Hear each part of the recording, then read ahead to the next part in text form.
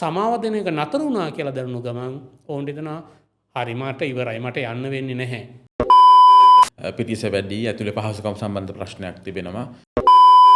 ඔහු අනිකර මේ දඬුවමක් ඇටියට මෙයා ගිහිල්ලා ඒක හිර වෙන්න ඕනේ. ඒක තමයි අපේ අපේක්ෂාව. එක නිලධාරියා ඉන්නේ. කොහොමද මේ 10 දෙනෙක් විතර ගාඩ් කරගෙන එක නිලධාරියෙක් කියන්නේ? මේ බන්ධනකර පද්ධතිය අලුත් කරන්න කියන එක සම්බන්ධයෙන් ඇත්තටම කතා කළ යුතු. අර බිත්තියේ ගහලා තියෙන සිරකරුවෝද මනුෂ්‍යෝ කියන වචන ටික නිකන් හුදු වචනයක් විදිහට නැතුව බන්ධනාගාර නීතිය ප්‍රතිසංස්කරණය කළ යුතුයි පුනරුත්ථාපනය මුල් තැනට දාලා. පසුගිය වසර කිහිපය තුළ ලංකාවේ බන්ධනාගාරවල විවිධ අවස්ථාවලදී යම් යම් තීරණාත්මක සිදුවීම් ගැටුම් වගේ දේවල් වුණා. එතකොට මේකත් එක්ක නැවත ලංකාවේ සමාජයේ පුරවැසියන් අතර මේ බන්ධනාගාරයක් කියන්නේ මොකක්ද, මේ බන්ධනාගාරය වල වෙන්නේ මොකක්ද කියන සම්බන්ධ කතිකාව සමාජයේ අපි දැක්කා. මේකෙදි මුලින්ම කියන්න ඕන අපි කියන්නේ ලංකාවේ බන්ධනාගාර ගැටුම් සම්බන්ධ ඉතිහාසය මම හිතන්නේ 1971 දක්වා කාලෙට දෙව යනවා. 71 ඉඳලා යම් යම් අවස්ථාවලදී විවිධ සමාජීය දේශපාලන හේතුන් මත යම් යම් කාරණා මත ගැටුම් ඇති වෙලා තිබෙනවා. විශේෂයෙන්ම එහිදී රැඳවියන්ගේ ජීවිත අවදානමට ලක් වෙලා තිබෙනවා. ඒකදී ඔබ දන්නවා දැනටමත් මෑත කාලෙම ගත්තාන් පස්සේ මීගමුව බන්ධනාගාරයේ වෙච්ච සිදුවීම, ඒ වගේම මහර බන්ධනාගාරයේ වෙච්ච සිදුවීම ආශ්‍රයෙන් නැවතත් ලංකාවේ යම් කතාබහක් ඇති වුණා. ඒකදී අපිට මතකයි මීගමුව බන්ධනාගාරයේ ගැටුමෙන් 26 දෙනෙක් පමණ මං හිතන්නේ ජීවිතයට වෙලා තිබුණා. නිලධාරීන් 7 දෙනෙක්, ඒ වගේම රැඳවියන් 19 දෙනෙක්. ඒ වගේම ඊයේ පෙරේද නැවතත් මහර බන්ධනාගාර ගැටුමෙනුත් යම් ප්‍රමාණයක් ඒ වගේ ගැටුම් ඇති වුණා සහ තුවාල සිදු වුණා. එක ජීවිතයක් නැති වුණා. මෙන්න මේ දේත් එක්ක අපි කල්පනා කරා පුරවැසි හඬ නාලිකාව ඔස්සේ නැවත මේ බන්ධනාගාරය කියන්නේ මොකක්ද කියන ප්‍රශ්න ගැන කතා කරන්න. මොකද අපි ඉස්සරහා අපිට බල කරන ප්‍රශ්නයක් තියෙනවා බන්ධනාගාරයක් කියන්නේ මොකක්ද? මේ බන්ධනාගාරයක සිදුවෙන්නේ මොනවද වගේ දේවල් ගැන යම් කතිකාවක් එළියට ගන්න. ඉතින් අපි අද බලාපොරොත්තු වෙන්නේ පුරවැසි හඬ නාලිකාව ඔස්සේ මෙන්න මේ පිළිබඳව යම් කිසි කතිකාවක් ගොඩනගන්න කියලා. ඉතින් ඒ සඳහා අපි ආරම්භ කළා අද අපේ නාලිකාවට ඔබ දන්න කෙනෙක් නීති පර්යේෂකයෙක්, අනිත් පැත්තේ නීතිඥයෙක් ඩී.එම්. දිසානායක මහත්මයා. ඉතින් ආයිබෝවන් කියලා ඔබ පිළිගන්නවා මේ වැඩසටහනට මුලින්. හරි. මම කැමති ඇත්තට මේ සංවාදය ආරම්භ කරන්න. කියන්නේ මේක මේ කියන්නේ එළියේ නිතර කතා වෙන එකක්. මම නිකන් උදාහරණයක් කිව්වොත් එහෙම මම ළඟදී නිකන් මේ ට්‍රීවිල් එක යන කොටත් නිකන් මිනිස්සු හරිම උද්‍යෝගයෙන් මේ ගැන කතා කරනවා. සහ හැබැයි මිනිස්සුන්ගේ මතය එතන තියෙන්නම මට ඇත්තටම කියපු එකක් මම කියන්නේ. ඒක මිනිස්සෙක් කිව්වා මේ ඔය කැම්පස් එක ළමයි ටිකක් නම් ඔහොම කේස් එකක් වුණා පස්සේ මහත්තයා අපිටත් බහැලා ගිහිල්ලා උන්ගේ පැත්ත අරගෙන අපි ෆයිට් කරන උන් නම් ඉතින් ඉගෙන ගත්තු ඒ උන් ටිකක් නේ එහෙම සපෝට් කරන්න පුළුවන් නේද කියලා.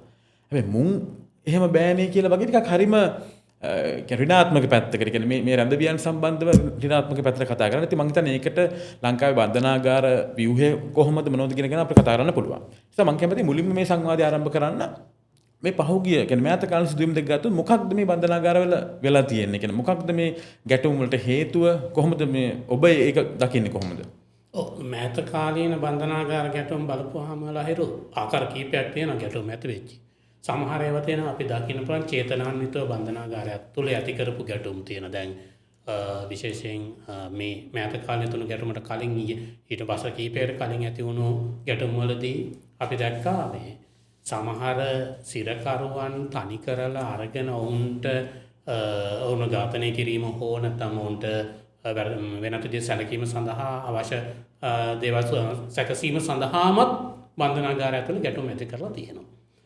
හැබැයි දැන් මේ මෑත කාලේ සිදුවුණු සිදුවීම් දෙක ආසන්නම සිදුවීම් දෙක බලපුවාම ඇත්තටම ඒක අපි දකින්නේ විශේෂයෙන් මේ බන්ධනාගාර ඇතුලේ තියෙන තත්ත්වයන් හේතු කොටගෙන ඇති වුණු ගැටුම් වාගේ තමයි අපිට පේන්න තියෙන්නේ. හැබැයි ඒ 30 පෙරේදා මහර ඇති වුණු ගැටුම සම්බන්ධයෙන් මම හිතන්නේ මේ රජය වෙන මතයකුත් කියනවා මේක බාහිර පාර්ශවවල මැදිහත්වීම මත ඇති වුණු ගැටුමක් කියලා. ඒ වුණත් බැලුමට පේනවා අපිට මේ බන්ධනාගාරවල තියෙන පවතින තත්ත්වය නිසා සිරකරුවන් තුල දැඩි පීඩනයක් තියෙනවා. මේ පීඩනය තමයි විවිධාකාරයේ ගැටුම් විදිහට එළියට එන්නේ කියන එක පැහැදිලිව පේනවා. හැබැයි දැන් බොහෝ දෙනෙක් හිතන්නේ මේ සිරකරුව අතිවිශාල ප්‍රමාණයක් බන්ධනාගාරය තුල හිර කරගෙන ඉන්න නිසා තමයි මේ පීඩනය තියෙන්නේ කියලා. හැබැයි අපි ඉදිරියට සාකච්ඡා කරන්න ඕන කාරණේ ඇත්තටම සිරකාරය වැඩිවීම විතරක්ද මේ ගැටුම් වලට පදනම නැත්නම් වෙනත් හේතු තියෙනවද ඇතුලේ තියෙන තත්ත්වයන් තියෙනවද කියන එක ඇත්තටම අපි බැලිය යුතුයි. මොකද මේක බොහෝ දෙනෙක් නැත්නම් බහුතර සමාජය දකින විදිහට පිරිස වැඩිවීම නිසාම විතරක් නෙමෙයි ගැටුම් ඇති වෙන්නේ කියන එක පැහැදිලිව තියෙන කාරණය. ඒ කියන්නේ ඔව් දැන් එළියට වැඩිපුර කතා වෙච්ච දේ තමයි පිටිස වැඩි ඇතුලේ පහසුකම් සම්බන්ධ ප්‍රශ්නයක් තිබෙනවා. සායකත් එක්ක යම් ප්‍රමාණකින් ඔය සමහර අවසන් වෙච්ච නැති නඩු තියෙන නිසා කියන්නේ ඒකත් එක්ක මේක සම්බන්ධ වෙන්නේ. කියන්නේ ඔබට යම්කිසි නිරීක්ෂණයක් තියෙද කියන්නේ මේ පිටිස වැඩි වෙන එකට එහා ගිහිල්ලා ඇතුලේ තියෙන ප්‍රශ්න මොකක්ද කියන එක සම්බන්ධයෙන් ලංකාවේ බන්ධනාගාරවල කියන්නේ. ඔව් ලහිරු දැන් අපේ රටේ බන්ධනාගාර ගැන බලපුවාම බන්ධනාගාරවල ඇතිවීම සිදුවෙන්නේ මේ බන්ධනාගාර සම්බන්ධයෙන් තියෙන ආඥාපනත සම්බන්ධයෙන් මේ බන්ධනාගාර පිහිටුවීම සඳහා ගේන මේ ආඥාපනත ගෙනලා තියෙන්නේ කොයි කාලේ කියලා හිතන්න පුළුවන්ද?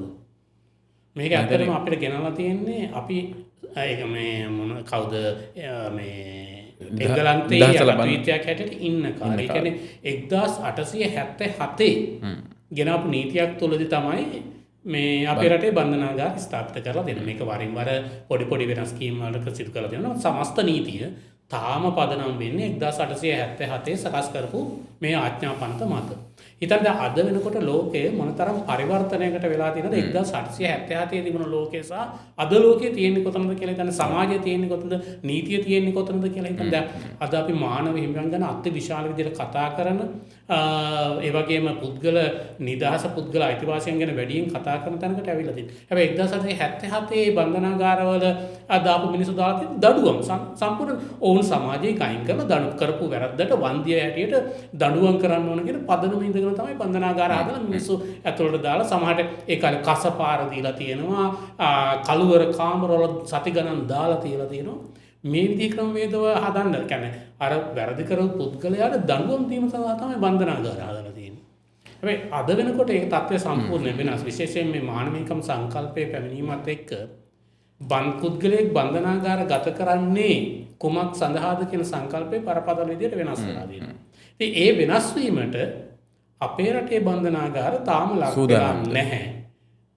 අපි හිතන් ඉන්නවා හැම කියලා. අපි හිතනවා තාප්පේ ගහපුවාම සිරකරුවොත් මිනිස්සුයෝයි කියලා අපේ බන්ධනාගාරයේ සිස්ටම් එක වෙනස් වෙලා කියලා. එහෙම නැහැ. අපි මේ සිස්ටම් එක වෙනස් කරන්න අවශ්‍ය යුතු මූලිකාංග ගණනාවක් තියෙනවා. ඒ මූලිකාංග වෙනස් වෙලා නැහැ. අපි තාම අර 1877 ආකල්පයේ ඉඳගෙන තමයි පුද්ගල බන්ධනාගාර ගත කරන්නේ. මේ මන්ද කියන ප්‍රබල හේතුව තියෙන එතන නීති වෙනස් වෙන්න ඕන මූලිකවම. ඒක වෙනස් වෙනවා. අපි පුද්ගලයෙකු නැත්නම් වර්ධකාරයෙක් බන්ධනාගාර ගත කරන්නේ කුමන අරමුණ සඳහාද කියන මූලික පදනම වෙනස් කරගන්නේ නැතුව බන්ධනාගාරවල ප්‍රතිසංස්කරණ කරනත් ඒ වගේම බන්ධනාගාරවල අද වෙන ගැටුම් නවත්තන්නත් බෑ කියන එක තමයි මගේ ආකල්පය. ඔව් ඇත්තටම කියන්නේ හොඳ තැනකට අපි ආවේ. කියන්නේ ඔය මේ අපි ලොකුවට දකිනවා මේ සිරකරුවෝද මිනිස්සුද කියලා එහෙම ගහලා තියෙනවා සහ හැබැයි ඔය ඔබ කිව්ව ආකල්පය නිසාම එළිය සමාජෙත් හැමතිස්සෙම තියෙන මේ ඇතුළේ ඉන්න උන් ටික මේ වැඩක් නැති උන් ටික පාපතරයෝ ටික මේ සමාජයෙන් අයින් කරලා දාන්න ඕන වගේ තැනක තමයි තියෙන්නේ. හැබැයි නමුත් අපි බලද්දි තේරෙන දේ තමයි මේ නූතන රාජ්‍යයක් ඇතුළේ බන්ධනාගාරයක් ස්ථාපිත කිරීමේදී මම හිතන්නේ දැන් දෙක්ම අර වැරද්ද කරපු කෙනෙක්ට නැත්නම් අපරාධයක් කරලා එහෙම නීතියෙන් වැරදිකරුවෙක් විදිහට නම් කරපු කෙනෙක්ට දඩුවම් දෙන ස්ථානයකට එහා ගිහිපු තැනකින් තමයි නූතන රාජ්‍ය ඇතුළේ ලෝකෙ දියුණු රටවල බන්ධනාගාර ස්ථාපිත කරන්නේ. හැබැයි එක ප්‍රශ්නයක් තියෙන ලංකාවේ මේ පිළිබඳ කතිකාවේලී සමාජෙත් නැහැ. ඒ කියන්නේ එකක් ඔබ කිව්වා වගේ ඔය නීති වෙනස් වෙච්ච නැති ප්‍රශ්නෙත් තියෙන්න පුළුවන්. මේ සාමාන්‍ය ගත්තොත් එහෙනම් මම හිතන්නේ දැන් ප්‍රිසන් කියන වචන පාවිච්චි කරන්නේ නැති තරම්. ඒ කියන්නේ ඊට වැඩිය අර කරෙක්ෂනල් සෙන්ටර්ස් නැත්නම් කරෙක්ෂනල් සර්විස් වගේ පොඩි එහෙම දියුණු තැනකින් පාවිච්චි කරන්නේ. අපි කියන්නේ එතනින් පොඩ්ඩක් පැහැදිලි කරොත් එහෙම කියන්නේ නූතන අර්ථයෙන් ඇත්තට බන්ධනාගාරයක් කියන්නේ මොකක්ද? ඒක ඇතුලේ මොනවද වෙන්න පුළුවන් දේවල්? ඔව් අද බන්ධනාගාර ගත කිරීම කියන එකේ මූලිකම අරමුණ පුද්ගලයා පුනරුත්ථාපනය කිරීම කියන එක. රිහැබිලිටේෂන් කියන එක නැත්නම් පුනරුත්ථාපනය නැත්නම් ඔහු නිවැරදි කරලා නැවත සමාජගත කරනවා කියන එක තමයි මූලිකම පදනම. දැන් එතකොට මේක වෙනස් වුණේ ඇත්තටම මේ බන්ධනාගාරයේ පුද්ගලයෙකුට කියන්නේ බන්ධනාගාරගත වෙන පුද්ගලයෙකුට කොහොමද සලකන්න ඕන කියන එක සම්බන්ධයෙන් එක්සත් ජාතීන්ගේ සංවිධානය විසින් සම්මත කරපු නීති සමුදායක් තියෙනවා. දැන් මේ නීති සමුදාය තවත් අලුත් කරනු ලැබුවා විශේෂයෙන් මේ මැන්ඩෙලා රූල්ස් කියලා. එක්සත් ජාතික සංවිධානය අනුමත කරා මැන්ඩෙලා රූල්ස් කියලා. මේ මැන්ඩෙලා රූල්ස් තමයි අනිවාර්යයෙන්ම බන්ධනාගාරයක සිරකරුවන්ට, දැන් අපි සිරකරුවන් කියන්නේ රැඳවියන් කියලා කියන්නේ ලංකාවේදී අපි සිංහල භාෂාවේ. දැන් මේ රැඳවියන්ට සලකන්න ඕනේ මේ මැන්ඩෙලා රූල්ස් වලට අනුව කියන එක සම්මත කරා. ඒතර මැන්ඩෙලා රූල්ස් වලට අනුව රැඳවියන්ට සලකන්න නම් බන්ධනාගාරයේ පදනම් වෙන නීතිය මැන්ඩෙලා රූල්ස් වලට අනුගත කරන්න ඕනේ. එතකොට මැන්ඩෙලා රූල්ස් වල කතා කරනවා පුද්ගලයෙක් පරීක්ෂා කරන්න ඕනේ කොහොමද? පුද්ගලයෙක් බන්ධනාගාරයට ඇතුළත් කරගන්න ඕනේ කොහොමද? ඊට පස්සේ පුද්ගලයෙකුට කැම බීම දෙන්න ඕනේ කොහොමද? ඔහුට නිදා ගැනීමේ අවස්ථා, සනීපාරක්ෂක අවස්ථා සපයන්න ඕනේ කොහොමද? ඒ වගේම ඔහුට පුනරුත්ථාපනය වෙන්න අවස්ථා සලසා දෙන්නේ. ඒකනේ වැදගත්ම කාරණේ. දැන් හොඳට කන්න බොන්න දුන්නත්, නිදා ගන්න තැන් දුන්නත්, සනීප ආරක්ෂාව දුන්නත්, ආරක්ෂාව දුන්නත් වැඩක් නැහැ. ඔහුට පුනරුත්ථාපනය වෙන්න අවස්ථාවක් නැහැ. ඔහුගේ අර අපරාධ මානසිකත්වයෙන් ඔහුට මිදිලා සාමාන්‍ය සමාජයට හිතකර පුද්ගලික බවට පත් වෙන අවස්ථාවල් බන්ධනාගාරය ඇතුලේ හදලා දෙන්නේ නැත්නම් ඔහු බන්ධනාගාරගත කිරීම ප්‍රයෝජනයක් නැහැ. ඒ නිසා ඒකට කොහොමද මේ බන්ධනාගාර පරිපාලනය ක්‍රියාත්මක කළ යුත්තේ නැත්නම් මේ රජයන් කොහොමද කටයුතු කරන්න ඕන කියන එක මැන්ඩෙලා රූල්ස් වල කතා කරනවා. හැබැයි මේක මැන්ඩෙලා රූල්ස් වල කතා කරනවා වගේම මේක දැන් අපිත් මේකට මේ සම්මුතියන් වලට අත්සන් කරපු රටවල්. ඒතකොට මේ මැන්ඩෙලා රූල්ස් සහ අනෙකුත් සම්මතයන් අපේ බන්ධනාගාර නීතිය ඇතුළට ගැනීමේ වගකීම තියෙනවා. හැබැයි අපි දකින අපේ මේ බන්ධනාගාර ආඥාපනත පරීක්ෂා කරද්දී පැහැදිලිව පේන්න තියෙන දේ තමයි මේ මැන්ඩෙලා රූල්ස් වලින් 25% 30%ක්වත් තාම අපි හරියට අපේ බන්ධනාගාර නීති පද්ධතියට අරගෙන නැහැ. ඒතකොට ඒක නිසාම අපි තාම බන්ධනාගාරයේ ගතවන පුද්ගලයන්ට සලකන්නේ අර ඊටාම පහළ තත්ත්වයේ සහ අපේ කියන්නේ ඕන් පුනරුත්ථාපනය කරන්න ඕනේ කියන මට්ටමක නෙවෙයි. අපේ දැන් බන්ධනාගාර දෙපාර්තමේන්තුවේ ස්ට්‍රැටජික් ප්ලෑන් බලද්දී ඔවුන්ගේ වාර්තා බලද්දී ඔවුන් වාචිකව කියනවා පුනරුත්ථාපනය තමයි අපේ මූලික පදනම කියලා. මූලික අපේක්ෂාව කියලා. හැබැයි පුනරුත්ථාපනය කරන්න අවශ්‍ය දේවල් ඔවුන්ගේ ක්‍රියාකාරීත්වය තුළ හරි ඔවුන්ගේ පරිපාලනය තුළ හරි තියෙනවා කියලා අපිට පේන්නේ නැහැ. ඒ නිසා මේ ගැටලුව බරපතල විදියට තියෙනවා. බරපතල ගැටලුවක් කියලා දකින්න පුළුවන් මේ මොහොතේ. අනිත් එක තමයි දැන් මේ මැන්ඩෙලා රූල්ස් වලින් කියන කතාව වගේම අනිත් එක තමයි අපි ආකල්පමය වශයෙන් මේක වෙනස් කරන්නේ නැත්නම් ප්‍රතිපත්තිමය වශයෙන් මේක වෙනස් කරගන්නේ නැතුව වගේම අනිත් අතින් අපි ස්ට්‍රක්චරල් දැන් අපි සම්පත් විදිහට මේකට ගැළපෙන විදිහට හසුරවනවා. ඒ සම්පත් ටික කියන එක ගැටලුව. උදාහරණයක් හැටියට බලන්න දැන් අපේ බන්ධනාගාරවල තියෙන මේ භූමිය අරගෙන භූමිය ගොඩනැගිලි හදලා තියෙන විදිහ අරගෙන බලන්න. ඒ වගේ කොහෙවත්ම මේ පුද්ගලික පුනරුත්ථාපනය කරන්න පුළුවන් විදිහේ ගොඩනැගිලි පිහිටීමක් හෝ භූමියක් දකින්නේ. ඒවල් කොහේ හරි තියෙන මොනකට හරි හදපු ගොඩනැගිලි ටිකක් අරගෙන බන්ධනාගාරයක් හදලා තමයි තියෙන්නේ. දැන් මේ ප්‍රශ්නේ ඇති වුණු වෙලාවෙත් මම දැක රජය නිවේදනය කරනවා අත්හැරලා දාලා තියෙන රෝහලක් අපි බන්ධනාගාරය. ඔව් දැන් ඔගේ හරි මේ ඉන්ට්‍රස්ටිං දෙයක් කියන්න ඕන දැන් අපි ලංකාවේ දැන් සිනමාවේ හරි ටෙලිනාට්‍යවල හරි බන්ධනාගාර වගේ සිදුවීම් තියෙනවනේ. ඒ වෙද්දී අපි දැකපු දෙයක් තමයි හැමතිස්සෙම බන්ධනාගාරයක් කියලා ෂූට් කරන්න ගන්නෙම මම දන්නේ ඔය මේ ටිකක් ඔය මානසික රෝහල තියෙනවනේ ඒ වගේ බිල්ඩින් එකක්. කියන්නේ ලංකාවේ බන්ධනාගාරයක් කිව්වාම පස්සේ ඒ කියන්නේ අයිඩියොලොජිකලිම තියෙන්නේ අර පරණ ඔය සුද්ධ හදපු බිල්ඩින් ඇතුලේ හිර වෙච්ච එකක්. හැබැයි අපි දැන් ලෝකෙ දැක්කාම පස්සේ මේ AC කාමර තනියෙන් ඉන්න කාමර ප්ලේ ග්‍රවුන්ඩ්ස් තියෙනවා. හරිම එහෙම නිදහස් පරිසරයක් පුනරුත්ථාපනය කරන්න ඕන විදිහට මේ පරිසරය හදන්න ඕනේ. හැබැයි අපේ රටේ මිනිස්සු පුනරුත්ථාපනය තවත් ඔවුන්ගේ අර වෛරී මානසිකත්වය වැඩි කරන්න අපි මෙතන කියන්නේ මම මෙතෙන්ට දාපු එකව මරාගෙන මරන්න ඕනේ වාගේ තැනකට පුද්ගලයාගේ මනස සකස් කරන්න අවශ්‍ය විදිහට බන්ධනාගාර පිහිටීම හදලා තියෙනවා මිසක් ඔවුන් පුනරුත්ථාපනය වෙන අවශ්‍යයට විදිහට හැදෙන්නේ. මම හිතන්නේ දැන් මේ අලුතෙන් හදපු ගොඩනැගිල්ල අපි දැක්කා මහර බන්ධනාගාරය ඇතුලේ අලුතෙන් ගොඩනැගිල්ලක් හදලා තියෙනවා. ඒක ලොකු මේ කතාවක් කියන්නේ මහර අපි බන්ධනාගාරය අලුත් කරා අලුත් ගොඩනැගිල්ලක් ඇදුවා මේක මේ ආණ්ඩුවේ නෙමෙයි මම දැන් කලින් ආණ්ඩුවේ පටන් ගත්තා කියලා ලොකු මේ සාකච්ඡාවක්. හැබැයි මේවා හදලා තියෙන්නේ අර ගොඩනැගිලි යස්සෙම කිසිදු පිළිවෙලක් නැතුව තමයි මේ භූමිය සකස් කරලා තියෙන්නේ. ඒ නිසා මම කියන්නේ එක අතකින් ආකල්පමය වෙනසක් ප්‍රතිපත්තිමය වෙනසක් වෙනවා වගේ අනිත් අතෙන් අර ඉන්ෆ්‍රාස්ට්‍රක්චර් වල නැත්නම් මේ මූලික යටිතල පහසුකම් වල වෙනසකුත් බරපතල විදිහට සිදු වෙන්න ඕනේ. මේ දෙකම එකට සිදු වුණේ නැත්නම් මේ බන්ධනාගාරවල ඇති වෙන ගැටුම කළමනාකරණය කිරීමේ තරම් පහසු වෙන්නේ නැහැ. ඔව්. දැන් මේ කෙනෙක්ට හිතෙන්නත් පුළුවන් මෙහෙම කතා කරගෙන යද්දී මේ මෙතන කතා වෙන්නේ මේ බන්ධනාගාරවල දාපු කට්ටියගේ පහසුව ගැන කින්ද බන්ද කියලානේ. නමුත් මට හිතුණා ඇයි අපි එහෙම කතා කරන්නේ කියන එක. දැන් මිනිස්සෙක් වරදක් කරන්න පුළුවන්. ඒක තමයි කියන්නේ ස්වභාවයක්නේ වරදක් වෙන්න පුළුවන්. ඒක සංවිධානාත්මකවම සවිඥානිකව වෙච්ච දේවල් වෙන්න පුළුවන්. කෙසේ හෝ වරදක් කරාම යම් නීතියකින් දඩුවමක් ලැබුණාන් පස්සේ ඒ වරද කරන කෙනාව යම් තැනකට හඳවන. ඒතර එයාට තියෙන අයිතිවාසිකම් ගැන පොඩ්ඩක් අපි කියන්නේ දැන් අර ඔයා යම් ප්‍රවේශයක් ගත්තා නමුත් පොඩ්ඩක් මතක් කරමු නේද කියන්නේ අවසාන අර්ථය අපි හැමෝම මිනිස්සුයෝ. අපි හැමෝම කියන්නේ මිනිස්සෙක් විදිහට ලැබිය යුතු දේවල් ටිකක් තියෙනවා. එතකොට ඔහු හෝ ඇය වරදක් කරලා යම් තැනක රඳවා තිබ්බ පමණින් අපිට එයාව සමාජයෙන් බැහැර කරන්න බෑ.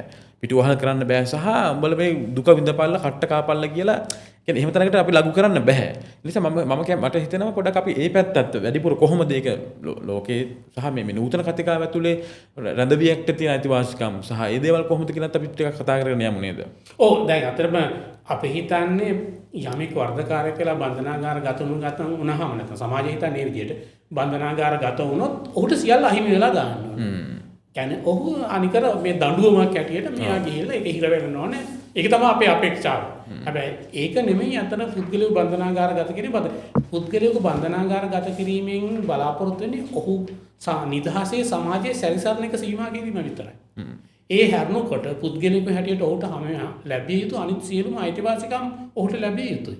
ඔහුට යහපත් ජීවන තත්ත්වයක් ඒක ඇතුළේ තියෙන්න ඕන. ඔහුට යහපත් ආහාර තියෙන්න ඕනේ. ඔහුගේ ශරීර සෞඛ්‍ය නිවැරදිව පවත්වාගෙන යන්න පුළුවන් වෙන්න ඕනේ. ඔහු අධ්‍යාපනය ලබන කෙනෙක් නම් අධ්‍යාපනය සඳහා ඉඩ පහසුකම් තියෙන්න ඕනේ. ඔහුගේ ශාරීරික සුවතාවම පවත්වන්න ක්‍රීඩා කරන්න ඒ වගේ දේවල් ඔහු ආගමක් ලබ්ධියක් විශ්වාස කරනවා නම් ඒවා දිගටම පවත්වාගෙන යාමේ නිදහස තියෙන්න ඕනේ. මේ අනිකුත් ඔහුට නිදහසේ සමාජයේ සැරිසරන්න තියෙන නිදහස සීමා කිරීම හැරුණකොට අනිකුත් සියලු අවශ්‍යතා ඔහුට ලබා දීමට බැඳී ඉන්නවා රජයන් සහ සමාජය යමෙක් බන්ධනාගාරගත කෙනෙක්. මොකද පොදු සම්මුතියන කෙනෙකුට Tamanගේ කියන්නේ කෙනෙකුට තවත් කෙනෙකුගේ ජීවිතය ගැන තීරණය ගන්න කිසිදු ඉඩක් නැහැ කියන එක. හැබැයි යම් හේකින් යමෙක් සමාජ විරෝධී ක්‍රියාවක් කරලා තියෙනවා නම් ඔහුට ඒ ගැන පශ්චාත්තාප වෙලා නැත්නම් ඒක තේරුම් අරගෙන නිවැරදි දලා නැවත සමාජයට එන්න අවස්ථාව දෙන්න අපේක්ෂාවෙන් තමයි පුද්ගල බන්ධනාගාරගත කරන්නේ. ඒතකොට ඒ අපේක්ෂාවට අනුව ඔහුට හැඩගැහෙන්න අවශ්‍ය පරිසරය ලබා දෙන එක තමයි බන්ධනාගාරය ඇතුළත සිද්ධ වෙන්න ඕනේ. ඉතින් ඒ නිසා මේ සම්බන්ධයෙන් ක්‍රියාත්මක වීම අවස්ථාව එක ඔවුන් සතු මූලික අයිතිවාසිකම් හැටියට තමයි සැලකන්නේ. නමුත් දැන් අපි හැමෝම කතා කරන මේ ප්‍රිසන් ඕවර්ක්‍රවුඩින් එක නැත්නම් මේ ප්‍රිසන් මේ ජනගහනය වැඩි බන්ධනාගාර ඇතුළේ පිරිස් වැඩිවීම තුළ මේ පහසුකම් සැලසීම කියන එක බරපතල අර්බුදයකට ලක් වෙනවා. ඒ නිසා තමයි හැමෝම කියන්නේ මේ ජනගහ ප්‍රිසන් වල පුද්ගලයෝ වැඩි තදබදය නිසා තමයි මේ ගැටුම් ඇති වෙන්නේ කියලා. ඇත්තට මේ සම්පත් අපි දැන් අපේ වර්තමාන බන්ධනාගාර දිහා බලනකොට සම්පත් හිගයි තමයි. හැබැයි අපේ බන්ධනාගාර කළමනාකාරීත්වය හැකිතරම් උත්සාහයක් දරනවා පවතින සම්පත් ඇතුලේ හැම ප්‍රිසන් කෙනෙකුටම නැත්නම් හැම රැඳදියෙකුටම යහපත් තත්ත්වයක් ලබා දෙන්න. ඒ නිසා ඒ අඩු සම්පත් තිබුණත් ඒවා නිවැරදි කළමනාකරණයක් වෙන බව අපිට බන්ධනාගාරය ඇතුලේ පරීක්ෂා කිරීමේදී සහ ඒ පිළිබඳ හදාරද්දී පේන්න තියෙන කාරණයක්. හැබැයි ප්‍රශ්නේ තියෙන්නේ එහෙම සම්පත් කළමනාකරණය කරත් සමහර කාරණා තියෙනවා බන්ධනාගාර කළමනාකාරීත්වයට මේ නූතන අවශ්‍යතාවලට අනුව පුද්ගලයන්ව ප්‍රවෘත්තාපනය කරන්න අවශ්‍ය පාසකන ප්‍රධාන කාරණය තමයි මේ සේවකීන්ට තියෙන අවබෝධය. අපේ රටේ බන්ධනාගාරයෙන් වැඩ කරන බන්ධනාගාර නිලධාරීන්ගේ බහුතරයකට මේ පුනරුත්ථාපනය මොකක්ද කියන එක. ඒ කියන්නේ නිකන් අර මේ වේවැල්ල පාටිය හරි වඩු පාටිය හරි ඒ කියන්නේ ඒවට එහා ගිහිල්ලා තැනකට මේක කොහොමද පුද්ගලයා පුනරුත්ථාපනය කරන්නේ කියන එක පිළිබඳ පුහුණුවක් ලැබෙන්නේ නැහැ. සහ අනිත් එක මම හිතන්නේ අර නිවැරදි කියන්නේ වැදගත්ම දෙයක් තමයි මෙයාට කියන්නේ නැවත නිවැරදි වෙලා ඔබට ජීවිතය ආරම්භ කළ හැකි කියන පණිවිඩය දැන් නැත්නම් දැන් සමාජ ආකල්පයේ තියෙන්නේ උඹලා වැරදි කරා උඹලා ජීවිතේ මෙතන ඉවරයි එක්ක හිරේ ඉඳපාලා නැත්නම් මැරලා ඵලයලා දැන් එහෙම තැනක් කියන්නේ අපි උදේ හවස කතා කරන්නේ බුදුදහම ගැන කතා කරන විවිධ ආගම් ගැන කතා කරන රටක්. සමාව දීම ගැන කරුණාව රටේ නැති දේවල් කතා කරනවා එළියේ. හැබැයි එළිය දකිද්දි හැමතිස්සෙම හිතන්නේ මේ බන්ධනාගාරගත වෙච්ච මිනිස්සු එක්ක ජීවිතේ මරණයම කියලා වලට කමක් නැහැ කියන එක. දැන් පහුගිය කාලේ දැක පොඩි වරදක් කරත් ඔව් හිරේට දාන්න ඕන. හිරේ දාන්න ඕන. ඒක මරලා දාන්න කමක් නැහැ. ඕකුන් මරලා දාන්න ඕන. හැබැයි දැන් එතන වෙනම කතා කරන්න පුළුවන් සමහරලාට ඒ වරදකරු වෙච්ච අය හෝ කියන්නේ ඔහු අයගේ පසුබිම මොකක්ද කියන සම්බන්ධ වෙන කතාවක් කොහොම සමාජයේ තියෙනවා. අපි කියන්නේ ඒක නොගිහින් කතා කරා වුණත් කියන්නේ අවමාර්ථයෙන් ගත්තාම පස්සේ මිනිස්සෙක් විදිහට තියෙන අයිතිවාසිකම් ටික ගැන කතිකාවක් නැහැ. ඒක එළිය හදලත් නැහැ. දැන් එළිය දකින්නෙත් අපි හැමතිස්සෙම මේ අනිවාර්යයෙන්ම මරලා දාන්න ඕන වැඩක් නේ කියන්නේ. ඇත්තටම හිතම ලහිර එතන පොඩි එකතු කිරීමක් කරනවා. ඇත්තට අපේ දැන් අපේ සමාජයක් හැටියට සැලකිල්ලට ගත යුතු කාරණය තමයි පුද්ගලයෙකුගේ අපරාධ මානසිකත්වය හැදෙන්නේ ඔහුගේ වර්ධින්ම නෙමෙයි. ඒකට 90% විතර බලපාන්නේ සමාජය. ව්‍යුහයන්. සමාජයේ තියෙන විවිධ තත්ත්වයන් තුළ තමයි පුද්ගලයෙක් අපරාධකාරයෙක් බවට පත් වෙන්නේ. ඒතකොට එහෙම සමාජය නිසා යමෙක් අපරාධකාරයෙක් බවට පත් වෙනවා නම් ඔහු නිවැරදිකාරයෙක් බවට පත් වෙනවා කියීම සමාජයේ තමයි තියෙන්නේ. ඒ කියන්නේ අර ඔය කතිකාව නැහැ නේ එළි දැන් අපි මෙහෙම ගන්නකො දැන් මම හොඳ වීම කියන්නේ මගේ තනි දෙයක් නෙවෙයි අත්‍තරම. මම හොඳ පුද්ගලෙක් වෙනවා කියන එකත් මම හිතන්නේ විවිධ ව්‍යුහයන්ගේ බලපෑම මත ගොඩනගෙන. ඒ කියන්නේ ගොඩ නැංවීමක්. සෝෂල් කන්ස්ට්‍රක්ට් නේ මේක. මම පොඩි කාලේ හැදුණු පරිසරය මගේ ගැනීමේ සියල්ල බලපාන. මම නරක වෙන එකත් අනිත් පැත්තේ මගේ එකක් නෙවෙයි. කියන්නේ ඔන්න ඔය කියන්නේ ඔය කතිකාවක් නැහැ එළියනේ. කියන්නේ මේ සංස්ථාව සමාජ සංස්ථාවන් ගෙදර පාසල පල්ලිය පන්සල කෝවිල මේ හැම දෙයකම ඉඳලානේ මෙන්න මේ කතිකාවත් අපි ඈඩ් කරලා තියෙන්නේ. හැබැයි ඒකත් මම හිතන්නේ නැවත ගන්න ඕනේ මේකත් එක්ක අනිත් පැත්තෙන්. අපි කොහොමද බලන්නේ කියන්නේ මේ අපරාධය හුදෙක් කේවල තනි පුද්ගලයෙක්ගේ සිදුවීමක් විදිහට පෙන්වන්නට පසුබිම ඇත්තටම අපි සමාජයේ වග කියන්න ඕන නිසා නැවත ඔහුට හොයට නිවැරදි වෙන්න නම් මේ සමාජෙම ඒ අත්වල සපයන්න ඕන කියන එක. හැබැයි ලංකාවේ ප්‍රශ්න තියෙන්නේ එහෙම අත්වලක් දෙනව වෙනුවට මේ කොංකල දාන්න හදන එකම තමයි. හැබැයි ඉතින් මේකට දැන් ඔබ අපි මෙහෙම කතා කරද්දී අද කාලේ ඕන කෙනෙක්ට මේක ගැන සර්ච් කරන්න පුළුවන් බලන්න පුළුවන් ලෝකේ ගත්තාන් පස්සේ ටිකව ෆින්ලන්ඩ් වගේ නෝර්වේ වගේ වෙන රටවල් වල තියෙන ඒවා උන්තරම් වීඩියෝස් තියෙනවා මම හිතන්නේ එහෙම ඕනේ අපි ෆිල්ම් එකක් බැලුවා සමහර ලාවට සමහර ෆිල්ම්ස් බැලුවාන් පස්සේ ඒ වගේ තියෙන බන්ධනාගාර පද්ධති එක්කත් අපි දන්නවා අපි ගෙදරක ජීවත් වෙනවා වඩා බන්ධනාගාර කියලා. ඒ කියන්නේ පුස්තකාල තියෙනවා හරි ලස්සනට. ඒතර එහෙම තියෙන එක ඇයි දැන් මොකද්ද මේ ප්‍රශ්න දැන් හරි නීතිය කතන්දරේ හරි. කියන්නේ අර 1800 ගණන් වල මේ යටත් විජිතයක් වෙලා තිබිච්ච හදපු නීතිය තියෙන එක ඇත්තට වෙනස් කරන්න ඕන. හැබැයි අපි මෙහෙම ගමුකෝ දැන් නීතිය වෙනස් නොකර සමහර මේ දියුණු තත්ත්වයන් ඇප්ලයි කරන්න බැරිද අපිට? එහෙම ප්‍රශ්නයක් තියෙද මෙතන? ඔව් නෑ හරි ඔබ කියන්නේ නීතිය වෙනස් කිරීම අපිට අවශ්‍යතානුව කරගන්න පුළුවන් නේ. කියන්නේ අලුතෙන්ම නීතිය ගේන්න ඕනද නැත්නම් පවතින නීතියේ යම් දේවල් වෙනස් කරමින් අපි යනවාද කියන එක. එතනදී ප්‍රධාන කාරණය තමයි එකක් රාජ්‍ය ප්‍රතිපත්තිය කොහොමද සකස් වෙන්නේ කියන එක.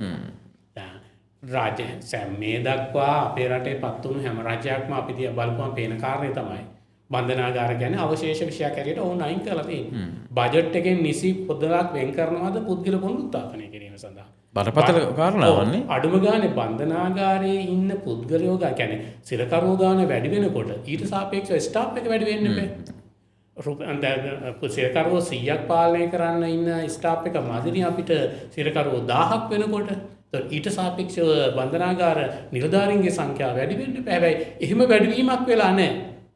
කාලා අපි මේ සංඛ්‍යාලයකන අරගෙන බලපුවම අපිට පේන්න තියෙනවා ඒ නිලධාරීන්ගේ නැත්නම් මේ මොනවද අපි කියන්නේ ශ්‍රමය බන්ධනාගාරයට අවශ්‍ය වෙන මේ ශ්‍රමය වෙන් කිරීම කවදාවත් වෙනස් වෙලා නැහැ. හැමදාම අර පොදු සම්මත මුදලක් බන්ධනාගාරයට අයවැයෙන් වෙන් කිරීම වාගේ දේවල් තමයි. ඒ කියන්නේ මේක බන්ධනාගාර කියන්නේ ඊතර සැලකිය යුතු විෂය නෙවෙයි. ඉස්කෝල හදන්න පුළුවන් අපිට මිනිස්සුන්ට සහනාධාර කෑම බීම දෙන්න ඒ වාගේ දේවල් වෙන් කරන්න පුළුවන්. ඒ ඕහල් හදන්න පුළුවන්. හැබැයි බන්ධනාගාර වැඩි දියුණුව කියන එක ගැන අපි අවධානය යොමු කරන්න. හැබැයි අපි වැඩිම අවධානය යොමු කළ යුත්තේ ඒ කාරණයට. අපි නිකන් අර එහෙනම් මේ කියන්නේ පොඩි සෞන්දර්යවාදීව කතා කරන පොඩි සාහිත්‍ය විදිහට නම් කතා කරනවා පාසල් වැසුවම මේ බන්ධනාගාර 16ක ඕක කියනවා. හැබැයි කවදාවත් ඒ කියන්නේ ඒ අරණ බන්ධනාගාර නෙවෙයි කියන්නේ මේ පවතින බන්ධනාගාරය ඇතුළේ මේ කතිකාව ගන්නෙත් නැහැ. සහ දැන් ඔය පෞගේ කාලේ මහර සහ මේ මීගමු සිදුවීම් එක්ක දැකපු දේ තමයි. ඒක මේ ආණ්ඩුවේ වගකීමක් තියෙනවා. ඒ වගකීම අනිවාර්යයෙන් යන්න ඕනේ. ඒක ඉටු කරන්න ඕනේ කියන කතා දෙකක් නැහැ කොහොමද. හැබැයි මේ සමහර ඉඳපු දේශපාලඥයොත් කියන එකක් තමයි මේ සෙනග වැඩි මේගොල්ලෝ කියලා කියනවා. හැබැයි දැන් මේ ඒ සෙනග වැඩි වීම කියන එක මේ ඊයේ පෙරේද වෙච්ච එකක් නෙමෙයි. දැන් මම මගේ මිත්‍රෙක් එක්ක කතා කරා බන්ධනාගාර සේවාවේ ඉන්න කෙනෙක් එක්ක කතා කරලා ඔහු කිව්වේ මේ සමහර තැන්වල කියන්නේ ඉන්න ප්‍රමාණයට තියෙන මේ වැසිකිලි පද්ධතිය කොහොමද කියන එක. අපි කිව්ව අවම කාරණාවක්. අපි සෞඛ්‍යවත් අනම්ම පැත්තකින් දැන් වැසිකිලි යනවා කිව්වන් පස්සේ මිනිස්සෙක්ගේ මූලික දෙයක් උදේ පාන්දර නැගිටලා. එතකොට හැබැයි උදේ නඩුවලට යන්න තියෙ වෙන කාරණා තියෙ මෙහෙම තියෙද්දි ලංකාවේ මේ වැසිකිලි පද්ධතියක්වත් හරියට තියද කියන ප්‍රශ්න තියෙනවනේ. ඔව්. ඔයා සෙනග වැඩි කියපු කතාවට මම මේ ආසන්න වසර 10ක සංඛ්‍යාලයකට දෙන්නම්. 2015 බන්ධනාගාරවල අපිට තිබිලා තියෙන අනුමත ධාරිතාව 11762 කියන්නේ දිනකට බන්ධනාගාරයේ තියාගන්න පුළුවන් පිරිස ඉඳලා තියෙන්නේ 11762යි 2015. හැබැයි 2015 ඇත්තටම ඉඳලා තියෙනවා 17996ක්. 11762 ඉන්න පුළුවන්. හැබැයි 17796ක් ඉඳලා තියෙනවා. මේ 11000ක සම්මත ධාරිතාව 2019 වෙනකන් කිසිදු වෙනසක් නැතුව හැමදාම දැන් බන්ධනාගාර ගත වෙන පිරිස වැඩි වෙලා තියෙනවා හැම අවුරුද්දෙම. හැබැයි අනුමත ධාරිතාව කවදාවත් වැඩි වෙලා නැහැ 2018 19 වෙනකම්. ඒක 2019 එකේ 2020 අනුමත ධාරිතාව 13241 දක්වා වැඩි කරලා තියෙනවා. හැබැයි ඒ අවුරුද්දෙත් බන්ධනාගාර ගත වෙලා ඉන්න පිරිස 25991යි. කියන්නේ අනුමත ධාරිතාවේ දෙගුණයකටත් වඩා වැඩි ඉන්න පිරිස. දැන් මේකේ විශේෂත්වය 2022 ඉඳලා 24 වෙනකොට මේ අවුරුදු 3 අනුමත ධාරිතාවත් අඩු වෙනවා. සමහර බන්ධනාගාර මම හිතන්නේ නවීකරණය වීම වෙනස් කිරීම වගේ හේතු නිසා අද 11241ට වැඩි වෙලා තිබුණු 2020 වැඩි වෙලා තිබුණු අනුමත ධාරිතාව 10395 දක්වා ධාරිතාවත් අඩු වෙලා. හැබැයි බන්ධනාගාර රැඳවියෝ ගන්න අඩු වෙලා නැහැ. ඔවුන් ඊටත් වඩා ඔවුන් 28700 දක්වා 2024 වෙනකොට වැඩි වෙලා. කියන්නේ බන්ධනාගාර ඉන්න පිරිස් වැඩි වෙනවා දිගින් දිගටම. හැබැයි ධාරිතාව අපි වැඩි කරන වෙනකොට අඩු වෙලා තමයි තියෙන බව පේන්න තියෙන්නේ. ඒක දැන් සංඛ්‍යා ලේඛන ටික විග්‍රහ කළ බැලුවත් තේරෙනවා මේක මොන පැත්තටද සංවර්ධනය කරන්න ඕනේ කියන එක. කොච්චර අඩු අවධානයක්ද බන්ධනාගාරය දීලා තියෙන්නේ කියන එකනේ. ඒ කියන්නේ අපි හිතන නෑ ඒකේ හිර වෙලා හිටියට කමන්නේ ඔය දැන් ඔබ දැක්කොත් 2022 හෝ 23 ඔඩිට් වාර්තාව මේ බන්ධනාගාරවල සිරකරන තදබදය පිළිබඳ ඔඩිට් එකක් කළා. ඒ ඔඩිට් එකේ ෆොටෝස් දාලා තියෙනවා. ඇත්තට බන්ධනාගාරය ඇතුලේ සිරකරුවෝ නිදාගන්නේ කොහොමද කියන එක. සමහර හෝල් වල සිරකරුවෝ නිදාවන්නේ එකිනෙකාට හේතු වෙලා. දැන් ඔවුන්ට හැරෙන්නවත් බෑ. ඒ තරම් කියන්නේ පැක් කරලා තමයි සිරකරුවන්ට නිදාගන්නේ. ඒ තරම් තත්වයක බන්ධනාගාරපත් වෙලා තියෙද්දි දේශපාලන අධිකාරිය ඒකෙන් අඩුම අවධානයක් තමයි ඒකෙත් අර මේ අවිඥානිකව තියෙනවා සහ මේ අයලොජිකලි අදහසක් තියෙනවා. කියන්නේ හිරේ නමන ටිකක් එහෙම අර පැක් වෙලා නිකන් කුකුල් කූඩුවක වගේ එහෙමක් තියෙනවනේ. මිනිස්සු මනෝභාවය කන්න නැතුව අපිරිසිදුවට ඉඳලා එහෙමයි ඒ වාගේ ආකල්පයක තමයි හිතන්නේ විශේෂයෙන් මේ රටේ රාජ්‍ය ප්‍රතිපත්ති හදනවා ඉන්නේ එතන වාගේ තමයි පේන්න තියෙන්නේ. කියන්නේ අපි එතකොට කල්පනා කරන්න ඕන අපි කොයිතන බොරුවක්ද කරන්නේ. කියන්නේ සිරකරුවෝද මිනිස්සුයි කියලා බොරුවට ලොකු අකුරෙන් ගහලා ටිකක් ගහගෙන අවම අපි හිතමු අනිත් දේවල් ටික ටික හදාගන්න අපි සමහර ප්‍රතිසංස්කරණ කරන එක ලේසි නැති වෙන්න පුළුවන්. හැබැයි නමුත් අයවැනි යම් කිසි මුදලක් මේ කළ මේකට ප්‍රමුඛත්වය දෙන්න ඕන. දැන් ප්‍රශ්නේ තියෙන්නේ එන පැවති ආණ්ඩුවල හෝ එන හැම ආණ්ඩුවකම මේ ප්‍රමුඛතා ලැයිස්තුවේ සමහරවිට මේක නැති ප්‍රශ්නයක් පේන තියෙනවනේ. දැන් මේ ටික ওই සංඛ්‍යාලයකට ටික බැලුවාන් පස්සේ හැබැයි අවම වශයෙන් ගත්තාන් පස්සේ මේ කියන්නේ මේ බන්ධනාගාරවල ඉඩ ප්‍රමාණය වැඩි කරලා තව බිල්ඩින් දෙක තුනක් ගහලා අපි හිතමු දැන් මේක තදබදේ තියෙන තැන මෙතන ඉඩක් නැත්තම් වෙන තැන් වලට අරන් ගිහලා මං හිතන්නේ ඔය පහුගිය කාලේ අඟුරුගල පැලැස්සෙද කොහෙද බන්ධනාගාරයක් මං හිතන්නේ නවීකරණය කළා තිබ්බනේ. ඒ වගේ කියන්නේ වෙන ඒරියා එකකට ඕන අරයන්න පුළුවන්. කියන්නේ ලංකාවේ එහෙම හිස් බිම් තියෙන එහෙම කිසි සැලසුමක් නැතිව යන එක ඇතුළේ හැමදාම මං හිතන්නේ මේ බන්ධනාගාර ගත වෙන අයගේ ජීවිත සෑහෙන අවදානමක තියෙන්නේ නේ. ඔව් අනිවාර්යයෙන්ම අවදානමක තියෙන බන්ධනාගාර ඇත්තටම දැන් මේ බන්ධනාගාර ගත වෙන පුද්ගලයෝ අරගෙන බලපුවාම ඒ හැමෝටම චර්ම රෝග වාගේ දේවල් බැඳෙන එක සාමාන්‍ය දෙයක් බවට පත් වෙලා දැන්. හේතුව තමයි මේ අඩු පහසුකම් ඇතුලේ ඔවුන් ඉන්නකොට ඒවට ඔවුන්ට ගොදුනේ දැන් ඔබ කිව්වා වගේ টয়ලට් ෆැසිලිටිස් වගේ එක টয়ලට් එකක් 100ක් 200ක් එක දිනකට පාවිච්චි කරනකොට හිතන්න මොනතරම් මේක සහ ඔවුන්ට නාන්න පාස වතුර ලැබෙන්නේ නිශ්චිත වෙලාවක විතරයි. යම් නිශ්චිත ප්‍රමාණයක් විතරයි. ඕද ඒ වගේ ඔවුන් පිරිසිදු වෙන්න ඕන. ඒවා ශරීර කෘත්‍ය කරගන්න ඕන. මේ සියල්ල එක ඔවුන් රෝගාබාධ වලට ගොදුරු වෙන එක ඉතාම සරල දෙයක් බවට පත් වෙලා තියෙනවා. හැබැයි මේකේ අනිත් අවදානම තමයි දැන් මම පහුගිය දවස්වල බන්ධනාගාර නිලධාරීන් එක යම් වැඩක් කරපු නිසා දැනගන්න ඕන කියන්නේ මේ හා සමානම අවදානම බන්ධනාගාරේ ඉන්න නිලධාරීන්ට තියෙනවා. මොකද ඔවුනුත් අර පිරිස අතරේ ඉන්නේ. එතකොට ඒ නිසා ඔවුනුත් ඊටාම පහසුවෙන් අර රෝගාබාධ තත්ත්වයන් ගොදුරු වෙන කියලා. දැන් මට එක නිලධාරියෙක් කිව්වා ඔහුට බන්ධනාගාරයේදී රැඳවියන් අතර තිබුණු කැස්සක් ඔහුටත් බෝ වුණා කියලා. ඒ කැස්ස අන්තිමට ඔහුගේ පවුලේ දරුවන්ට සහ බිරිඳටත් බෝ වෙලා තමයි නතර වුණේ කියලා. ඒ නිසා අර බන්ධනාගාරය ඇතුලේ තියෙන සමහර අඩු පහසුකම් නිසා ඇතිවෙන තත්ත්වයන් මේ සම්පූර්ණ නිලධාරීන්ගේ රාජකාරී කෙරෙහිත් බලපෑමට ලක් වෙනවා. සහ ඒක දැන් විශේෂයෙන් අර අඩු ශ්‍රමයේ අඩු මේ මානව සම්පතේ අඩුව නිසා නිලධාරීන් ඇත්තටම වැඩ කරන්නේ දැඩි පීඩනයක. ඒ දැඩි පීඩනයෙන් වැඩ කරන නිලධාරියාට බෑ අර පුද්ගලයාට පුනරුත්ථාපනය විය යුතු පුද්ගලයෙක් හැටියට සලකන්න. අනිත් එක දැන් මේ පෞද්ගලික කාලේ වෙනම දකිද්දී සහ දැන් ඔය මේ තියෙන ප්‍රශ්න ටිකත් විග්‍රහ කරලා තියෙනවා තමයි ඇත්තටම මේ නිලධාරියට ලොකු අවදානමක් තියෙනවා. කියන්නේ අර වගේ පිරිසක් ඉන්න තැන දැන් මේ මිනිස්සු ගිහිල්ලා මූලිකව අපි කිව්ව টয়ලට් පහසුකමුත් නැත්තම් දැඩි මානසික පීඩනයක සහ ලොකු ව්‍යාකූලත්වයක ඉන්නේ මේ මිනිස්සු. අපිට උදේ පාන්දර টয়ලට් එකට යන්න බැරුණොත් මොකද වෙන්නේ? දවසම ඉවරයිනේ අපිට. කම්ෆර්ටබල් නැහැනේ. ඒතර මෙතන වෙන ප්‍රශ්න ගණනාවකුත් තියාගෙන ඒ වගේ තියෙද්දි අර බණ්ඩාගාල නිලධාරීන්ට තියෙනවනේ පොඩි ඒ අතරමැද තියෙන මේ ගනුදෙනුව සම්බන්ධ ප්‍රශ්නයක් නේ දැඩිව. ඔව් අපි කතා කරනවා අපේ බන්ධනාගාර ඇතුළේ නිලධාරීන්ට එතික්ස් නැහැ. ඒ වගේ දේවල් දෙන්න ඕන හරි දැන් බන්ධනාගාර නිලධාරීන්ට. හැබැයි ප්‍රශ්නේ තියෙන්නේ ඒ වගේ දේවල් ක්‍රියාත්මක කරන්න පළමුව උන්ට සුසු මානසිකත්වයක් තියෙන්න ඕනනේ.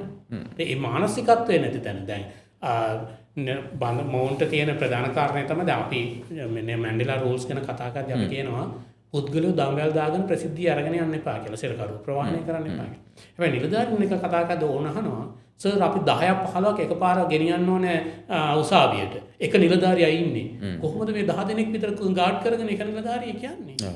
ඔවුන්ට දඟල් දාන්න නැතුව අපි කොහොමද යන්නේ?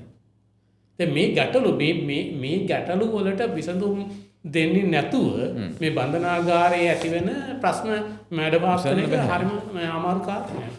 දැන් මේ මැන්ඩෙලා රූල්ස් ගැන කියද්දි මම හිතන්නේ දැන් මේක මේ UN එකේ United Nation Standard මේ මිනිමම් රූල්ස් කියන එකේ තියෙනවනේ මේ ට්‍රීට්මන්ට් ඔෆ් prisoners ඒ ටික දැන් අතන අපිට රාජ්‍යයක් විදිහට ඒකෙන් ඈත් වෙන්න බැහැනේ. දැන් අපි සමහර ඔබ කලිනුත් කිව්වා වගේ ජාත්‍යන්තර සම්පූර්ණ අපි දැන් ඔකෙත් තියෙන ප්‍රශ්නයක් තියෙනවා ලංකාවේ සමහර ඒවා අපි අස්සම් කරලා තියෙන දැන් මේක විතර නෙවෙයි තව ඒවත් ගොඩක් තියෙනවා. හැබැයි අපි වැඩ කරද්දී එහෙම කිසි සම්බන්ධයක් නැහැ වගේ තමයි රාජ්‍යනීතියට කටයුතු කරන්නේ.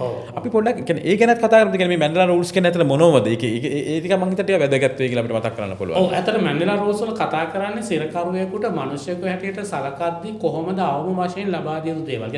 මැන්ඩෙලා රූල්ස් වල මුලින්ම කියනවා දැන් මේ රූල්ස් 100%ක්ම කරන්න බැරි වෙන්න පුළුවන්. ඒ රටවල ආර්ථික තත්ත්වයන් මත යම් ආකාරයක වෙනස් වෙන්න පුළුවන්. හැබැයි ඒක නොසලකාම හරින්න බෑ. අතහැරලම දාන්න බෑ. මේ මූලික අවම අවශ්‍යතා ටික ඔවුන්ට ලබා දෙන්න ඕන. එකක් තමයි පෝෂණීය ආහාර වේලක් ලබා දෙන එක අත්‍යවශ්‍ය කාරණයක් හැටියට සලකලා තියෙනවා.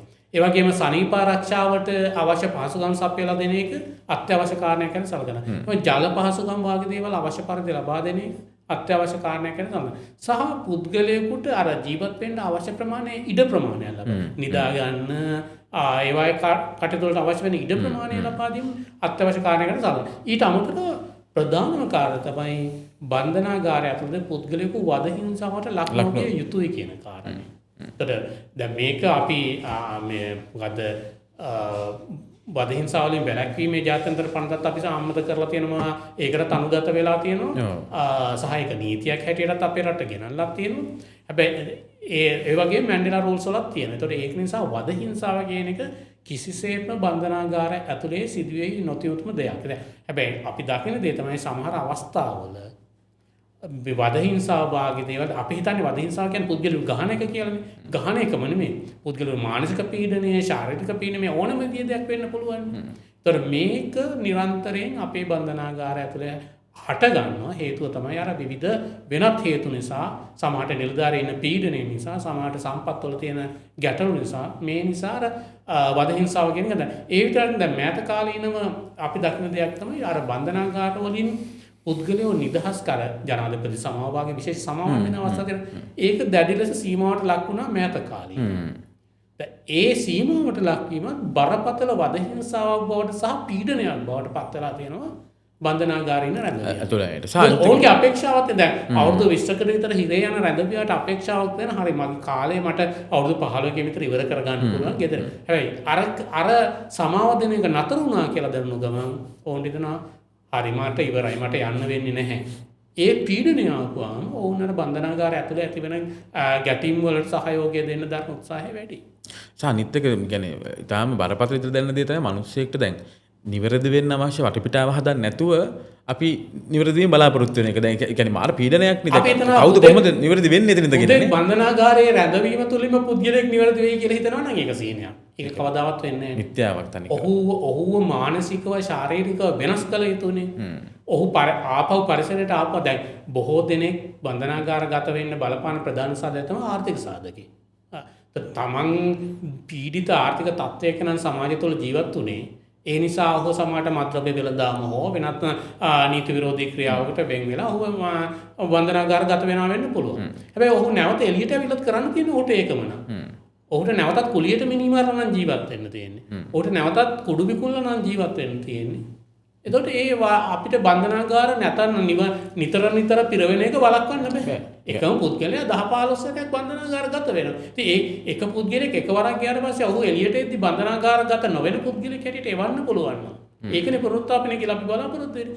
ඒක කරන්න නම් අපි ඔහුට එළියට එනකොට එළියට ඔහුට අවශ්‍ය පරිසරය තියෙන්න ඕනේ. ඔහුට ඇතුළේදීත් එහෙම නොකර ජීවත් වෙන්නේ කොහොමද කියන පුහුණුව ලබා දෙන්න අවශ්‍ය පාසුකම් ටික දීලා තියෙනවා. දැන් අර අපිට කියන්නේ වෙලාව මදි. නමුත් අර සමහර ජාත්‍යන්තර දේවල් බැලුවාම පස්සේ දකින්න දෙයක් තමයි සමහර බන්ධනාගාර වලින් එළියට ගියාන් පස්සේ ආයෙ නැවත ජීවිතේට බන්ධනාගාරයට එන්නේ නැති තත්ත්වයක් එන්නේ නැති. හැබැයි මේ වගේ කියන්නේ බොහොම දුක්ඛිත තත්ත්වයේ තියෙන බන්ධනාගාරක් නෙවෙයි. බොහොම පහසුකම් තියෙන බන්ධනාගාර වුණත් ඔවුන් ඇතුළට ගියාට පස්සේ එතනින් ලැබෙන පුනරුත්ථාපනය නිසා සහ ඔවුන්ට ලැබෙන පුහුණු වීම නිසා ඔහු එළියට ඇවිල්ලා කවදාත් ආයෙ නැවත බන්ධනාගාරගත වෙන්නේ නැහැ. මේ අපි අවසානට පොඩක් මේක ගේමුද මෙහෙම කියන්නේ එකක් තමයි ඔබ මුලින්ම කිව්ව දේ තමයි මේ ප්‍රතිසංස්කරණ ටික ගේන්න ඕන කියන එක. සහ දිගින් දිගටම තියෙන දෙයක් තමයි ධාරිතාව වැඩි වෙන එක බන්ධනාගාරවල. කියන්නේ ඒ ධාරිතාව වැඩි වෙන්නේ එක්ක මොනවා හරි අපේ නඩු විමසනක යම් කිසි දෙයක්ද කියන්නේ එතන ප්‍රශ්නයක් තියෙනවා. ඒක ඇත්ත නැත්ත හැමෝම වැරදි කරපු නිසාම එන එකද කියන්නේ එහෙම මං හිතන්නේ යම් කිසි ප්‍රායෝගික ප්‍රශ්න ටිකක් තියෙන්න පුළුවන්. ඒ දේවල් මොනද සහ අවසානයේ මේ අපි ඇත්තටම මේ ඇතුළේ ඉන්න මිනිස්සෙක් විතර දකින්න අපේ බන්ධනාගාර පද්ධතියේ කරන්න තියෙන කියන්නේ කඩිනම් ප්‍රතිසංස්කරණ ටික ගැන අපි කෙටියෙන් කිව්වොත් මොනවද? ඔව් අනිවාර්යෙන් ඔබ කිව්වා වාගේ දැන් අපි කොච්චර කතා කරත් බන්ධනාගාරයේ ගැටුම් ඇති වෙන්නේ මේ මොකද පුද්ගල වැඩිවීම නිසා විතරක් නෙවෙයි. තදබදය නිසා විතරක් නෙවෙයි වෙනත් හේතුත් තියෙනවා කිව්වට තදබදය කියන එක මූලිකයි කියන එක අපි හැමෝටම පිළිගන්න වෙනවානේ. සමහර දේවල් ඇති වෙන්නේ තදබදය වැඩි නිසා. ඒ නිසා කොහොමද මේ ප්‍රශ්නෙට විසඳුම් දෙන්නේ කියන එක. සහ කොහොමද මේ බන්ධනාගාර පද්ධතිය අලුත් කරන්න කියන එක සම්බන්ධයෙන් ඇත්තටම කතා කළ යුතු එකක් තමයි මූලිකව මම කියවා වගේ අපේ බන්ධනාගාර නීතිය ප්‍රතිසංස්කරණය කළ යුතුයි පුනරුත්ථාපනය මුලටන්ට දාලා. මේ කියන්නේ බන්ධනාගාර නීතිය පුනරුත්ථාපන නීතියක් හැටියට පරිවර්තනය වෙන්න ඕනේ. ඒක අත්‍යවශ්‍ය කාරණයක්. ඊට පස්සේ අනිත් එක තමයි බන්ධනාගාර නිලධාරීන් කොහොමද රැඳවියයක ගනුදෙනු කරන්න ඕනේ කියන එක පිළිබඳ පැහැදිලි ආචාර ධර්මයන් සකස් වෙන්න ඕනේ. දැන් ඒක නොමැතිකම අතට දැන් අපි බන්ධනාගාරයට නිලධාරීන් පුහුණු කරනවත් කරන්නේ ඔවුන් යන්නේ අර වැරදි කරපු පිරිසක් පාලනය කරන්න කියන අර දැඩි හැඟීමක් ඇති කරලා පුහුණුවක් දීලා බන්ධනාගාරයට එවනවා මිසක් සේවයට ගන්නවා මිසක් ඔවුන් කොහොමද මේ වැරදිකාරයෙක් නිවැරදිකාරයෙක් කරන්න කියන එකට අවශ්‍ය විදිහට හැසිරෙන්න ඕනේ කොහොමද කියන එක පිළිබඳ පුහුණුව දීලා නෙමෙයි. ඒක වෙනස් වෙ යුතුව තියෙනවා. අනිත් එක තමයි දැන් ඔබ කිව්වා වාගේ විශේෂයෙන් මේ බන්ධනාගාරගත වෙන ජනගහනය අරගත්තාම ඔවුන්ගේ බහුතරය ඉන්නේ අතන වැරදිකාරයෝ නෙමෙයි. කියන්නේ නඩු විසඳන තුරු රැඳෙනවා. කියන්නේ රිමාන්ඩ් ප්‍රිසනර්ස්ලා. තමයි වැඩිපුර ඉන්නේ. රිමාන්ඩ් එකේ ඉන්න අය තමයි වැඩි පිරිසක් ඉන්නේ. 60%ක් 70%ක් ඉන්න රිමාන්ඩ් වෙච්ච අය. ඒතර මේ පිරිස අඩු කරන්න මේ පිරිස අඩු කිරීම තමයි ප්‍රධානම කාරණය වෙන්නේ. අතරම රිමාන්ඩ් ප්‍රිසනර්ස්ලා මේ වර්ධිකාර වෙච්ච අයට වඩා අඩු පිරිසක් බාටපත් කරොත් මේ තදබදේ බරපතල විදිහට අඩු කරන්න පුළුවන්. ඒතර මේක අඩු කරන්න නම් ඇත්තටම අපේ කෝඩ් සිස්ටම් එකේ ලොකු වෙනසක් සිදු වෙ යුතු තියෙනවා. දැන් අද දවසේ අපි දකින දේ තමයි ඊටාම සුළු වැරදි වලට පවා පුද්ගලයෝ බන්ධනාගාරගත කරනවා. අඩුම ගානේ දවස් 7ක් 14ක් බන්ධනාගාරගත කරනවාමයි.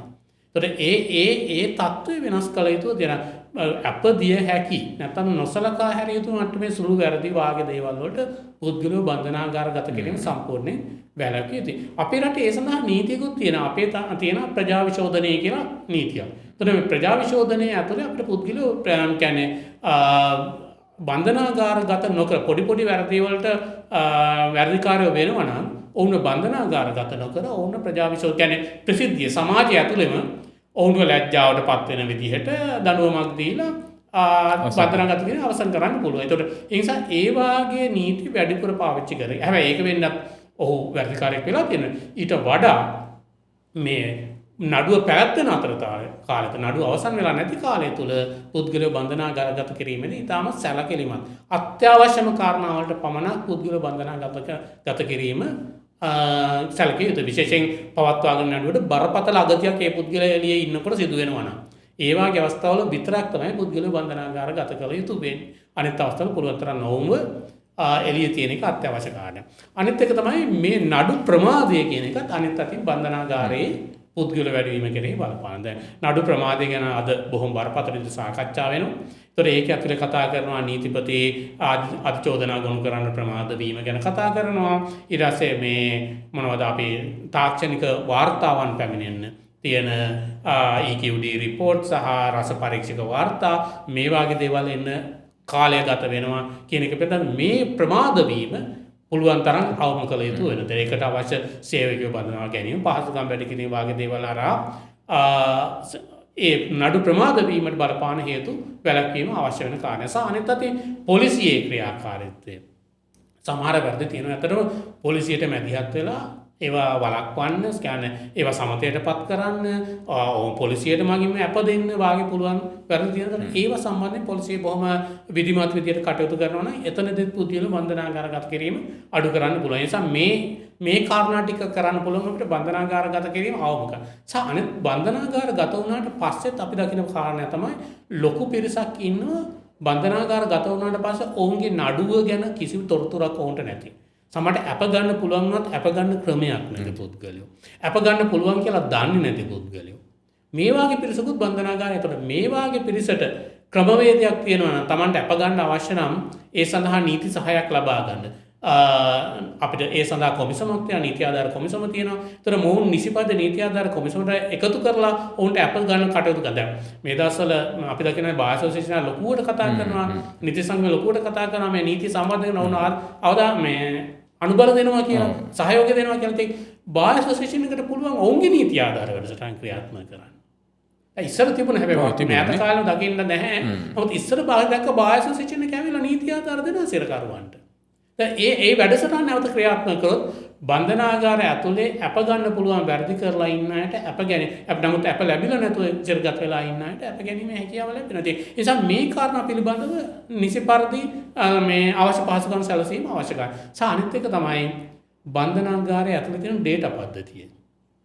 බන්ධනාගාරය ඇතුලේ අපි දකින කාරණා තමයි නිසි ලෙස පවත්වාගෙන යන මේ සිරකරුවන්ගේ ඩේටා පද්ධතියක් නැහැ. මේ පුද්ගලෝ කවද්ද බන්ධනාගාරය ඇතුලේ මොන වරදටද වුණාද බන්ධනාගාරගත වෙන්නේ? ඔවුන්ගේ නඩු දිනයන් කවද්ද මොවුන්ට සහාය ලබා දෙනවා නම් මොන වාගේ සහායන්ද ලබා දෙන්නේ? මේ වාගේ තොරතුරු තියෙන විධිමත් ඩිජිටල් ඩේටා සිස්ටම් එකක් තියෙනවනේ බන්ධනාගාර කළමනාගාර. ඒක ලොකු අඩුවක් තියෙනවා බන්ධනාගාර පද්ධතිය ඇතුලේ. මේ සඳහාම අපි දන්න සමහර මේ ජාත්‍යන්තර සංවර්ධන ආයතන මැදලා ඩේටා සිස්ටම් හදලා දීලා තියෙනවා. නමුත් ඒවා භාවිතා වෙන්නේ නැතිකම තියෙනවා. ඒවා එතනින් අයින් කරලා නිලධාරීන්ට අවශ්‍ය පුහුණුව දීලා මේවා නිසි පරිදි භාවිතා කරන තත්ත්වයට පත් කළ යුතුව තියෙනවා. එතකොට ඒ තුළ බන්ධනාගාර කළමනාකරණය කියන එක නවීකරණය කරන්න පුළුවන්කම තියෙනවා. සහ අනිත් එක තමයි බන්ධනාගාරයේ ඉන්න පුද්ගලයින්ට කියන්නේ වැඩිකරුවෝ වෙලා ඉන්න පුද්ගලයින්ට සමාජගත වීමට අවශ්‍ය වෙන මේ වෘත්තීය පුහුණුව, රැකියාව වෙළඳපොළට ඔවුන් හඳුන්වා දීම, රැකියාව වෙළඳපොළේ අවස්ථා අරගෙන දෙන එක, ඔවුන් මොකද ව්‍යවසායකින් එක සම්බන්ධ කරන එක, මේ වාගේ දේවල් අවශ්‍ය වැඩසටහන් සකස් කරන එකත් මේ බන්ධනාගාර ප්‍රශ්නය විසඳන්න අවශ්‍ය කාරණයක් වෙලා තියෙනවා. සහ අනිත් එක තමයි බන්ධනාගාරගත වෙන පුද්ගලයෝ බන්ධනාගාර කියන්නේ සමාජයෙන් ඈත් කරාට ඔවුන් පවුලෙන් ඈත් කරන්න හොඳ නැහැ. අද අපි දකින තමයි බන්ධනාගාරයේ ඉන්න පුද්ගලයෙකුට පවුලේ කටයුතු ඒක නෑ, පවුලේ සමාජික කතා කරන වෙන්නේ බොහෝ සතියකට සැරයක් නැත්නම් සති දෙකකට සැරයක් වගේ තමයි තියෙන පහසුකම්. ඒක ඊට වඩා වැඩි කරන්න අවශ්‍යයි. උන්ට නිරන්තරයෙන් තමන්ගේ දරුවෝ එක්ක, තමන්ගේ භාර්යාව එක්ක, තමන්ගේ දෙමව්පියෝ එක්ක සම්බන්ධ වෙන්න තියෙන අවශ්‍යතාවය වැඩි. ඒකත් ඔවුන්ගේ පුනරුත්ථාපනයේ ප්‍රබල පිටුවහලක් වෙනවා. ඒ නිසා ඒ සඳහා අවශ්‍ය පහසුකම් සකස් කර එක අත්‍යවශ්‍ය කාරණයක් බන්ධනාගාරය ඇතුළේ. අපිට තේරෙන දේ තමයි අවසානයේ මේ බන්ධනාගාරයක් සම්බන්ධයෙන් අපි තීරණ ගන්න එක, අපි විනිශ්චයන් ලබා දෙන එක මේ හුදෙක් එක සිදුවීමක් දිහා බලලා කරන්න පුළුවන් දෙයක් නෙවෙයි. සහ බන්ධනාගාරයක් කියලා කියන්නේ මේ මිනිසෙක්ට කියන්නේ ඔහුගේ නිදහස සීමා කරන හරි නැත්නම් ඔහුගේ මානව අයිතිවාසිකම් නැති කරලා දාන හරි නැත්නම් ඔහුගේ අයගේ ජීවිතේ අවසන් කරන ස්ථානයක් නෙවෙයි. නැවත කොහොමද ජීවිතයට එන්නේ, නැවත සමාජයට එන්නේ කොහොමද, සහ නැවත නිවැරදි වෙන්න අවස්ථාවක් ලබා දෙන තැනක් ඉතින්. මං හිතන්නේ හොඳ කතිකාවක් ගියා මේ ඔබට පුළුවන් හිතන්න ලංකාවේ බන්ධනාගාර ගැන, ලංකාවේ රැඳවියන් පිළිබඳව හුදෙක්ම අර බිත්තිය ගහලා තියෙන සිරකරුවෝද මනුෂ්‍යෝ කියන වචන ටික නිකන් හුදු වචනයක් විදිහට නැතුව ඉතිහා ගිහිල්ලා ගැඹුරු තැනකින් අර විශාල බිල්ඩින්, තාප්ප, කටුකම්බි වලට එහා ගිහිල්ලා බන්ධනාගාරයක් ඇතුළේ වෙන්න ඕන දේවල් ටික මොකක්ද, මේ මානව ගරුත්වය රැකගෙන මිනිසුන්ට කොහොමද සලකන්නේ කියන කතිකාව මං හිතන්නේ නැවත සමාජගත කරන්න ඕනේ. ඉතින් මම හිතනවා හොඳ සාකච්ඡාවක් කියලා. මම ස්තුතිවන්ත වෙනවා ඔබට මේ පිළිබඳව. ඉතින් නිරන්තරයෙන් මේ වගේ සංවාදයක එකතු වෙන්න පුරවැසියන්ටත් එක්ක රැඳී ඉන්න.